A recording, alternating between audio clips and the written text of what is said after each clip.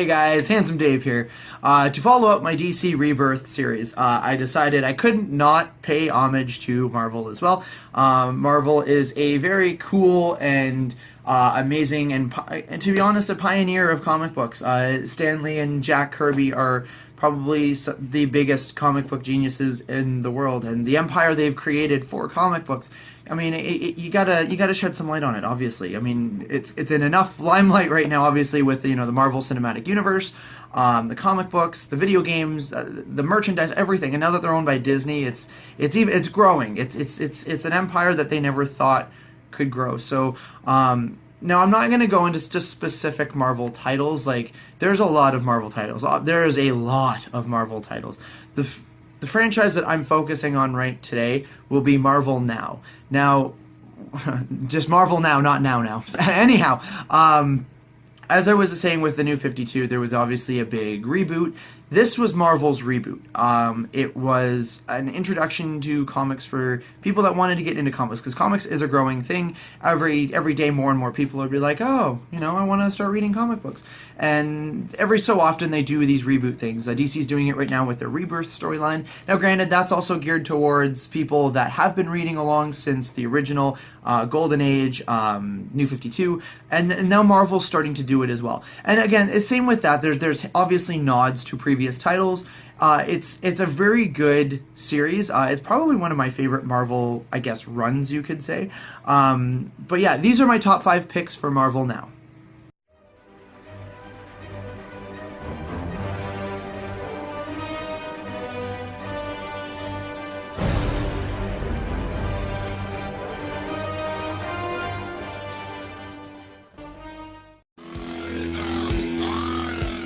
One, we have Superior Iron Man.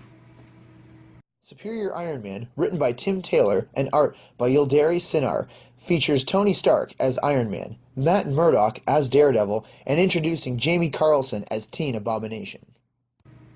The thing I like most about this series is we all know Tony Stark. Tony Stark has almost become a household name now for comic book characters and just movie characters in general now. But one thing we always see about Tony Stark is he's very egotistical. He's very selfish and self-centered, but he has good motives. This actually paints Tony Stark as kind of a villain, which I'm really enjoying. It gets to the point where his ego and his eccentricism, or I think that's a word, I'm not sure, gets to a point where you're looking at Tony Stark and you're like, okay, you're more than a dick. You're an asshole. And it's like you're seeing this side of Tony Stark that Marvel Comics hasn't yet touched on or accentuated, I guess you could say. He's very much a hero, but more so, I guess, an anti-hero, I guess you could say. He's very selfishly driven in this, and it is actually a fantastic read. It shows some of the best Tony Stark technology I've seen yet in a Marvel comic. Also, it's very good for building a character. I'm not a huge Iron Man fan. I picked this up on a whim, and I was actually pleasantly surprised. It actually became one of my favorite Marvel Now titles, and that's why this is now occupying my top 5 spot on this list.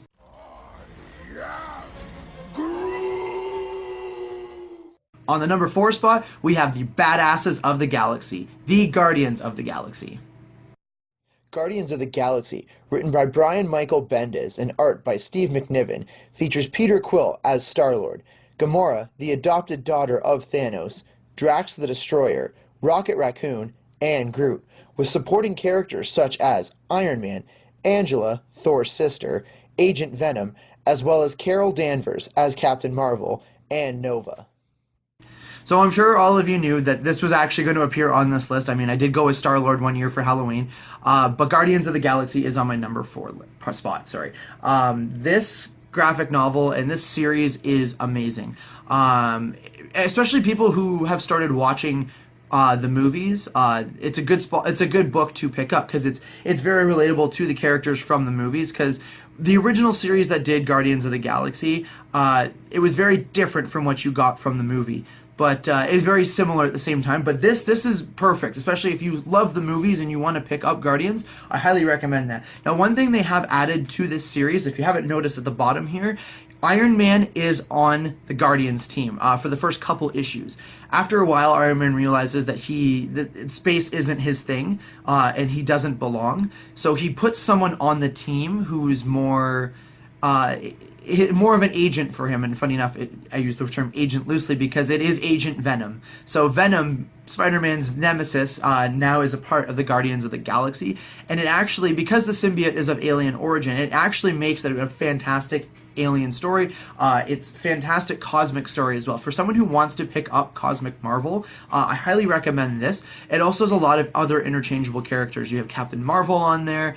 You have Angela, Thor's sister. You have some really, really interesting characters in this. And obviously Thanos and Nova as well. So number 4 is definitely going to Guardians of the Galaxy. Spider sense is tingling. Occupying number 3 is Venom Space Knight. Venom Space Knight, written by Robbie Thompson and art by Ariel Olivetti, features Flash Thompson as Venom, 803, a torturous suicidal robotic companion, Pick Rollo, a panda bear-like assassin, with guest appearances by the all-new Guardians of the Galaxy. As I mentioned with the Guardians of the Galaxy prior to this, Venom actually is now a cosmic character. He's not appearing so much anymore in Spider-Man. They're focusing more on his other rogues gallery. I know that's a DC term, but whatever. Venom is now, as it says, the agent of the cosmos. He's now I know what you're thinking. Eddie Brock was Venom. This is a different Venom. This is actually Spider-Man's childhood bully / friend now, Flash Thompson. Flash Thompson came back from the war in Afghanistan, and he was an amputee. The U.S. government condoned him for his services and gave him the Venom symbiote, which turned him into Agent Venom. Now, when he joined the Guardians team, he went out and, again, without spoiling anything, the symbiote was fixed, let's just say. And after that, they realized the symbiotes are a peaceful race. They're not as aggressive as you see with Venom and Carnage.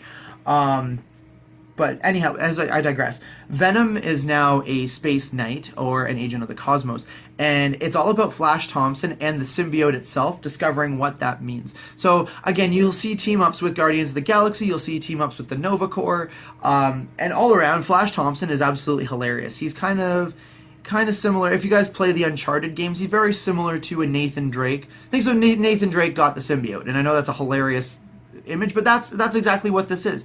It's a fantastic read, very funny, but very true to the Venom fans, as well as a progression story, kind of like a recovery story, or a comeback story. That's the word I'm looking for. So number 3, definitely Venom Space Knight.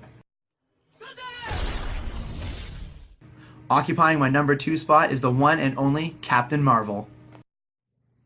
Captain Marvel, written by Kelly Sue DeConnick and art by David Lopez, features Carol Danvers as Captain Marvel, Tony Stark as Iron Man, with special guest appearance of the Guardians of the Galaxy. Funny, I would have never picked this up in stores, and don't get me wrong, because I actually like Carol Danvers as a character. Just never really a big fan of her. I actually got this in a comic bento. And Comic Bento is a monthly subscription where they'll send, each month is a different theme, and they send you $100 worth of graphic novels for only $50, and I think it's a great deal.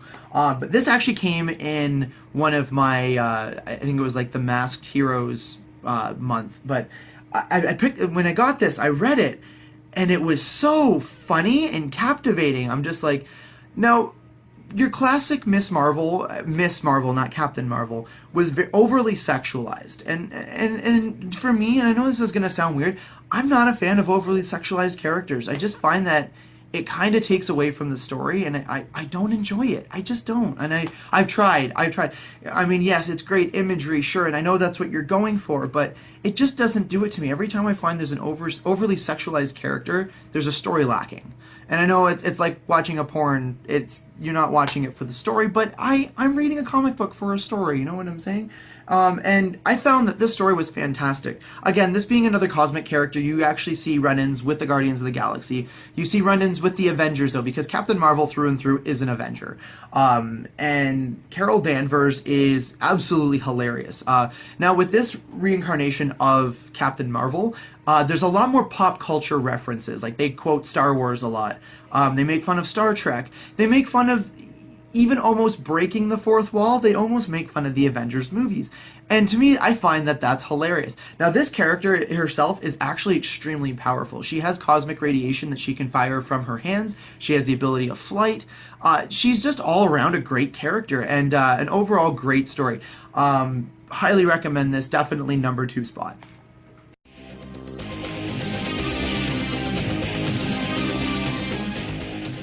My number 1 spot is the all-new X-Men. All New X-Men, written by Brian Michael Bendis and art by Stephen O'Monin, features a classic lineup of X-Men of Wolverine, Iceman, Storm, Kitty Pryde, and Beast, as they go toe-to-toe with the sinister cabal of Magneto, Cyclops, and Emma Frost, as well as dragging in an all-new team of X-Men of the original 60s lineup of Hank McCoy, Jean Grey, Angel, Iceman, and Cyclops. This does not come as a surprise. I love the X-Men. I love the X-Men more than the Avengers, and I have no shame in saying that. It's just something about them that's always captivating me. One of my favorite memories growing up is watching the 94 series. The 94 series was incredible, and the fact that Netflix has them now is just amazing. But anyhow, getting back to the actual all-new X-Men. This storyline is fantastic. Now, a lot of people always wonder what the great jump-in point for X-Men is, because there is always so much going on that it's almost confusing. Like you don't know what storyline to follow. There's different timelines, there's different dimensions and timelines. It gets really friggin' confusing. But if you've been reading along as the years go on, it's a little bit easier. This is a great jumping in point for people. Now, fair warning, spoiler alert.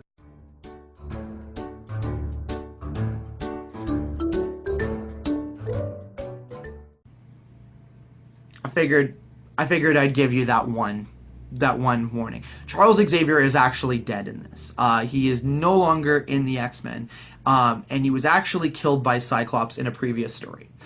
Cyclops has now teamed up with Emma Frost and Magneto, and they are actually the antagonists in this. So the X-Men are realizing how fucked up their timeline is, and they're trying to think of ways of how to fix it.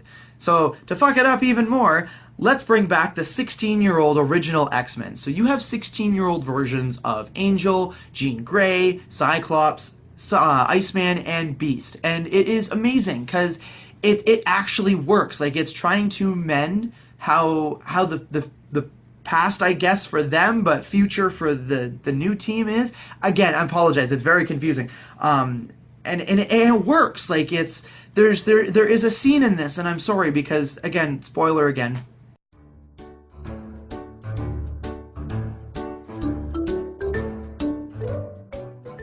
It's really hard to do an X-Men review for something without including spoilers because I get so excited about it. There's a scene where they talk about Jean Grey, but they don't tell her too much. Again, she's 16. She doesn't know about the Phoenix Force. She doesn't know about anything. And she comes into contact with something in Hank's lab, and she gets flooded with all the memories of the previous Jean Grey and freaks out. She doesn't want that past. She doesn't, future, past, future, you know what I mean? She doesn't want that.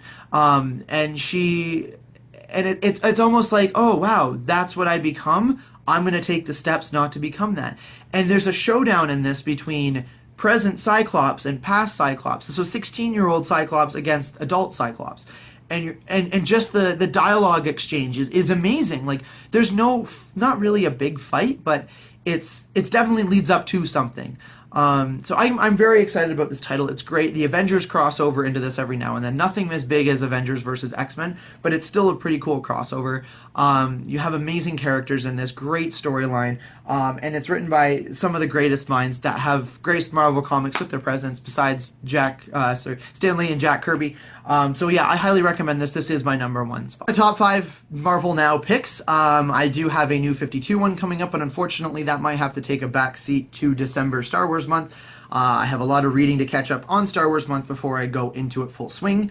I have a couple costumes on the way for some stuff, which I'm very excited for.